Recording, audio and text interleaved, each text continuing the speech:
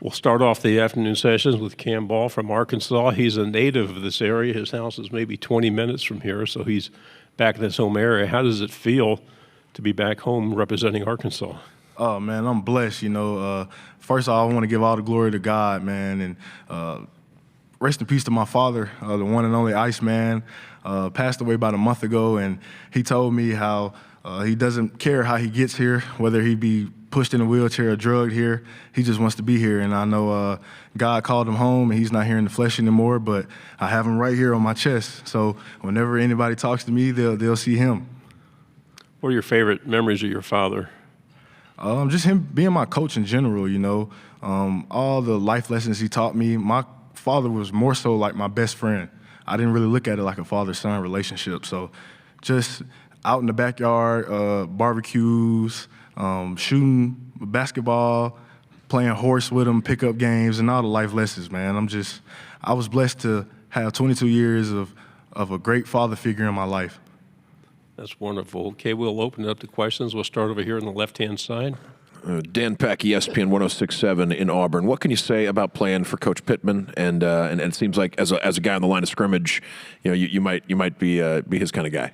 Coach Pittman, man, he's a great guy, man. Before a coach, I've known Coach Pittman since the 8th grade. He was recruiting me at Georgia, and when he got to Arkansas, I told him, I was like, Coach, I can see myself playing there because I didn't want to stay here.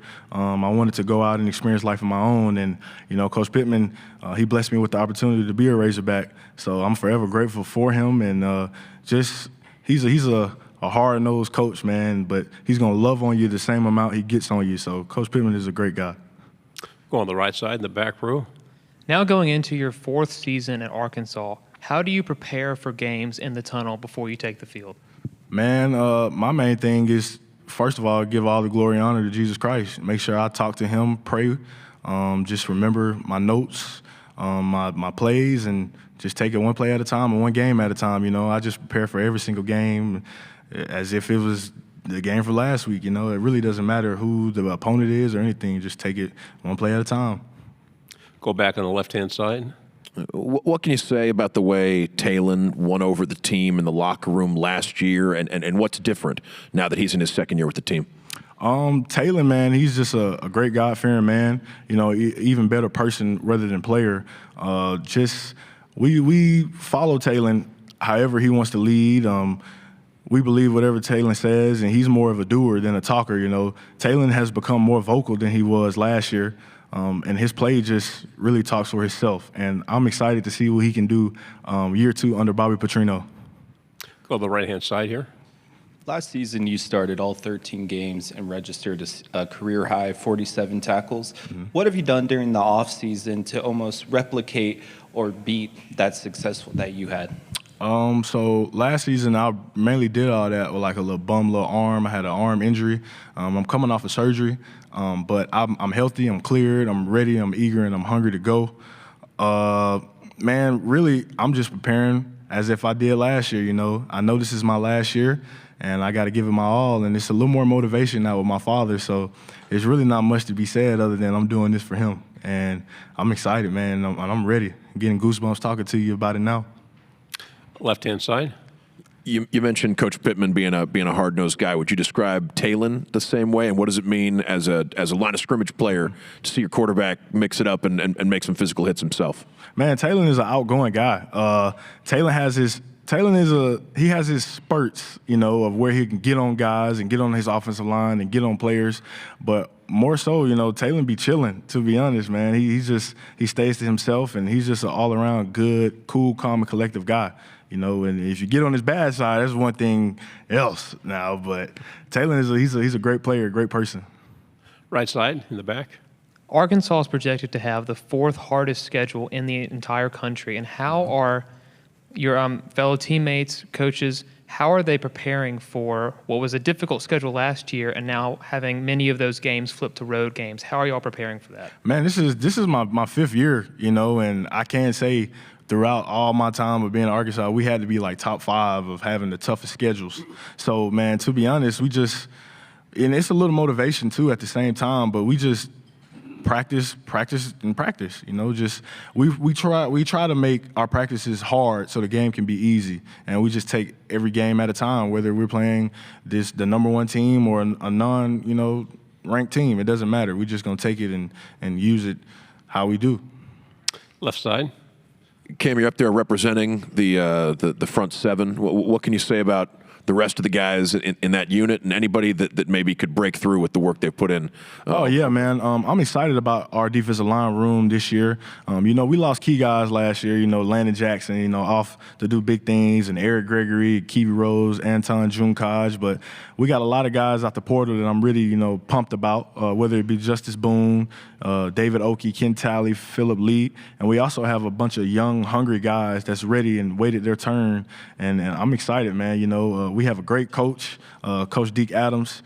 He's very good at developing guys, and he developed me.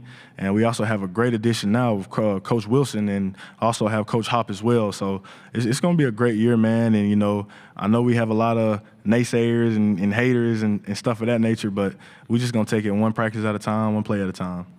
Right side. Going back to this year's schedule, is there a specific SEC team or rivalry that you are most looking forward to? Man, I treat every game like it's the same, I don't really have a personal vendetta with anybody. I'm just excited to just lace my cleats up every week for 12 weeks straight and play whoever steps in front of us, man. Left side. What can you say about Travis's energy? Coach Jackson. I mean, it's Travis Williams. I mean, he's a former Auburn player. Yeah. And first of all, his energy and how that plays with the rest of the defense, and is the Auburn game more significant because he had a great career there? Whenever we do play Auburn, this is Coach's third year. He tells it to us. Y'all don't take any different approach than what we do for the last week's game. This is just another game as well, and we don't more so look at it as, of course, us as the players, being that it's Travis Williams' home team, we want to have a little more edge to it, but he tells us constantly, hey, this is just another game. We're going to prepare for it like any other person, man, and playing behind Coach Travis Williams, I love it, man. It's amazing. He's a family man. Our whole defensive staff are just family guys, man. And the way that we approach every game, just behind Coach Travis Williams, it's just with passion. With him, is his pregame speeches, man, they have you ready to run through a brick wall, man. And at the same time, he can be serious and come back with a nice, cool little rap, man. So, yeah, Travis Williams, he's a one-of-a-kind guy, man, and I love him, and I'm glad he's my defensive coordinator. You have obviously had teammates growing up, but you said you always wanted to leave the state and go see somewhere else. Did you have many teammates like that as kids that wanted to do the same thing, or were you different? Man, most likely not. All my teammates, they wanted to go to UGA or stay in the city. I've been here all my life. I wanted to go out and experience things of my own and meet different people and be in different situations, be in uncomfortable situations, because that's going to help me achieve my goals in life, after football, and better become a man. So that was my whole purpose and my main focus of going 10 hours away, from my home city. And that's what I feel like I did. God has a plan for everything, and I feel like that was his plan for me to go 10 hours away. So if you were drafted by an NFL team way away from here, you'd have no problem with that either? I mean, it's going to be an adjustment at first, just like anything, but I'm pretty sure, I'll get once I get my feet under me, we're just going to keep our head down and just keep working wherever it's at, God willing, if I do make it to the NFL. We'll go back here on the left-hand side. Nothing? Any particular rival stadium you'd like to play in? Stadiums I like playing in. So LSU, I know we play in Baton Rouge this season. I'm excited, man. Their fans are always wild, man. It's always loud there. I'm excited to play there, man. Never played in Austin, Texas, against the Longhorns. That's a rivalry game for the state of Arkansas. I'm excited to play there. Never played in Neyland Stadium. I'm excited to play there as well, man. I'm excited for this whole season. This is my last season, and I want to leave my mark. Being a vocal leader and being a dominant football player, We have two more questions, one here and then one in the back. How would you describe your team's culture this year and how it may affect the outcome of the season? I can say with this being my 5th year, that this is the closest that the team has ever been. You know, it's just the accountability is different. You know, we hold ourselves to a higher standard, and I feel like we all got the same goal, and we just want to win. Like, we're not thinking ahead to postseason. We're not thinking about, you know, self-accolades. We're all just trying to win and make each other better. And when fall camp start, you know, it's going to be a really competitive and physical fall camp, and I'm excited for it. Final question in the back. What has been your most memorable moment and experience that you've had with your teammates at your time at Arkansas so far? Probably, I'm a big chef, man. I love cooking. You know, I got that from my dad. I got my own business, if y'all ain't heard of it, man. Balls Barbecue, you know what I'm saying? Hey, do your research if you haven't, because it's gonna be jumping pretty soon now. But I specialize in ribs, chicken, all that, man. My girlfriend, she do the sides with the baked beans, mac and cheese. You know, shout out to Cassidy.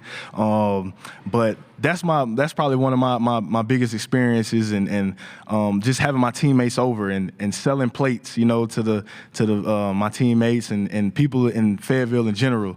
Just doing that, man. I'm so grateful to be a Hog, man. You know, God has blessed me to be there for 5 years, to meet so many people and have an impact in so many people's lives, man. And I'm just being at Arkansas in general, man. It's just a blessing, and I'm overall grateful for my experience to be a Hog. You're going to keep your business in Arkansas when you're done? Probably, I don't know. Arkansas, it's a lot of barbecue spots there. I mean, I'm not worried about competition, but I just gotta, you know, be smart about where my business is at. But wherever I am, you know, Balls Barbecue, that's where it'll go. I talked to Coach Pittman about going in business with me. He reminded me again about how he wanted to invest in it. So I'm gonna hold him to it now. So if anybody in this room, remember, if you see Balls Barbecue, Sam Pittman, he helped me. So there you go. Try to get on True South. That'll help. Man, I really love Barbecue Pitmaster. That's my show. So, Cam, thank you very much. Good luck and stay healthy. man, thank you, man. Go Hogs.